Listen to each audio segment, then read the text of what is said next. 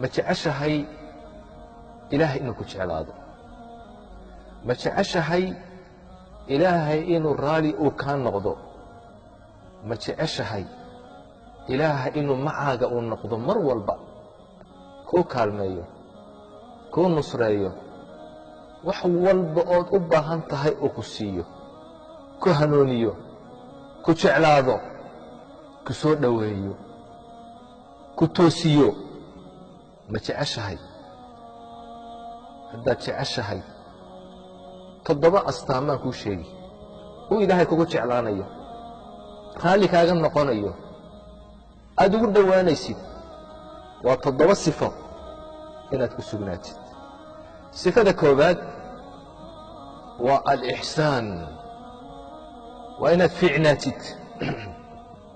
hadalkaagu inuu fiicnaado ficilkaagu inuu fiicnaado cibaadadaadu inay fiicnaato an tacbud allaha kaannaka taraah inaad ilaahay u caabudid sidii qof arkayo oo kale inay akhlaaqdaadu fiicnaato sidaasuu ilaahay kuu jeclaanayaa ilaahay waxau ihi waaxsinuu ina allaha yuxibu almuxsiniin wanaagsanaada buu ilaahay yidhi darajada alixsaan gaadha ilaahay yuxibu wuxuu jecel yahay almuxsiniin kuwa wanaagsan ayuu ilaahay jecel yahay ilaahay waxa uu yidhi liladiina axsanuu alxusnaa waziyaada kuwii wanaagsanaaday waxaa u sugnaaday alxusnaa janna u sugnaatay iyo waziyaada iyo ziyaada u sugnaatay janno iyo ziyaado ziyaadadaasi waa annadaru ilaa wajhi illaah waa wejiga ilaahay inay arkaan ilaahaad caabudi jirta inaad aragtid maxaa ka weyn maxaa ka fiican allahu akbar sayidkeennii nebi ciise calayhi الsalaam waxa uu yidhi laysa alixsaanu an tuxsina ilaa man axsana ilayk ixsaanku ma aha wanaaggu inaad wanaajisid qofkii ku wanaajiyey tilka mukaafa'a taa waxaa la yidhaahdaa wanaag oo qofkii u abaalgudday ayaa la yidhaahdaa ixsaanku muxuu yahay waxa uu yidhi an tuxsina ilaa man asaa'a ilayk qofkii ku xumeeyey ood wanaajisid weeyaan waa darajo sare maxay ku gaadheen inuu ilaahay raali uu ka noqdo inuu ilaahay jeclaado inay jannada galaan inay ilaahay arkaan maxay ku jeclaadeen kuwaas ilaahay waxau idhi innahum kaanuu qabla dalika muxsiniin waxay ahaayeen adduunka markay joogeen qaar wanaagsan bay ahaayeen akhlaaqdoodii iyo qowlkoogu uu wanaagsan yahay idan sifada ugu horeeya astaanta ugu horaysa waa inaad noqotid qof fiican calaamadda labaad astaanta labaad oo ilaahay kugu jeclaanayo raalli kaaga noqonayo waxa weeye attawba inaad ilaahay u toobad keentid mar walba ilaahay aad u noqotid ilaahay waxa uu yidhi ina allaha yuxibu الtawaabiin ilaahay wuxuu jecel yahay kuwa mar walba toobad keena ee ilaahay u noqda ilaahay wuxuu doonayaa inuu toobada kaa aqbalo dembiga inuu kaa meedho ilaahay wuu kugu farxayaa toobadaada markaad ilaahay u soo noqotid ilaahay kugu farxayaa maxaa ka fiican marka inaad ilaahay u noqotid ilaahay u toobad keentid ilaahay wuu ku jeclaanayaa toobaduna waa astaanta labaad oo ilaahay kugu jeclaanayo ta saddexaad ilaahay waxa uu jecel yahay uu kugu jeclaanayaa uu raalli kaaga noqonayaa waa atatahur inaad isdaahir yeeshid qalbigaaga inaad nadiif ka dhigtid jirkaaga inaad nadiif ka dhigtid dunuubta inaad iska maydhid iyo tahaaradii xisiga ahayd jasadiga ahayd wa hiyaabaka fatahhir ilaahay waxa uu leeyahay wa hiyaabaka fatahhir ilaahay waxa uu jecel yahay kuwaasi isdaahir yeela ayuu ilaahay jecel yahay ina allaha yuxibu الtawaabiin wayuxibu اlmutatahhiriin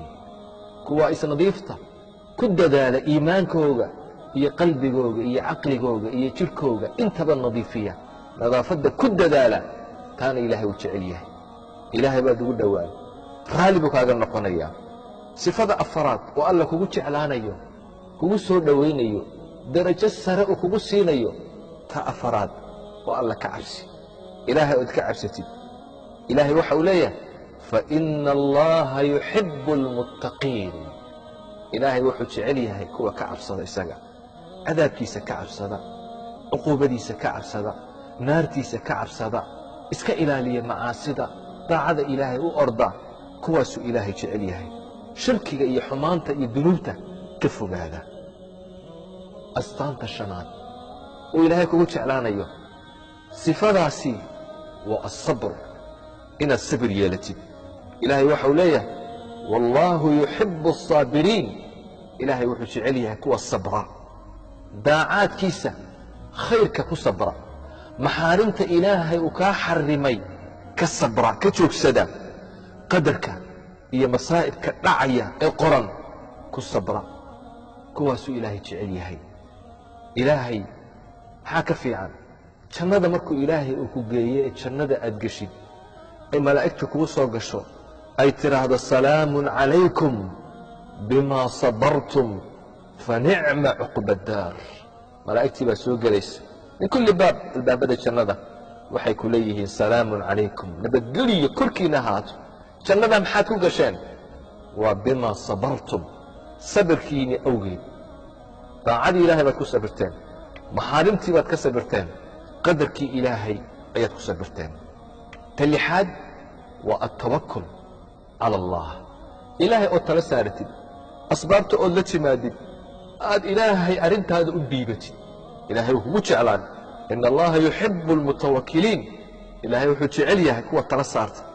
arrintooda hagaajiya dabadeed dadaala ilna ilaahay tala saarta maaha asbaabta inaad ka tegtid oo tidhaahdid ilaahay ayaan tala saaranaya sababta la imo ilaahayna tala saaro acqilhaa watawakal tawakulkuna waa wuxuu ilaahay kugu jeclaanayo ilaahay muna kugu fillayn ilaahay waxau hi alaysa allaahu bikaafin cabda ilaahay addoonkiisa muuna ku fillayn qofka ilaahay tala saarta ilaahay kugu filan yahay ta toddobaad waa cadaalad waa inaad la timaadid cadaalad cadaaladda ilaahay uu jecel yahay awlaaddaada dhexdooda dadka dhexdooda naftaada xataa qof kale iyo adiga haddii aad isqabataan cadaalad yeela mar walba inaad cadaaladda aad ku dadaashid ilaahay waxau le ina allaha yuxibu almuqsitiin ilaahay wuxuu jecel yahay kuwa cadaaladda la yimaada cadaaladdan ku dadaalno toddobadaa sifo ilahay kugu jeclaanayaa raalli buu kaaga noqonayaa waa u dhowaanaysaa jannooyinka ilaahay ayaad ku gaadhaysaa ilaahay haynagu arsaaqo sifaadkaa wanaagsan wasalaamu calaykum waraxmat ullaahi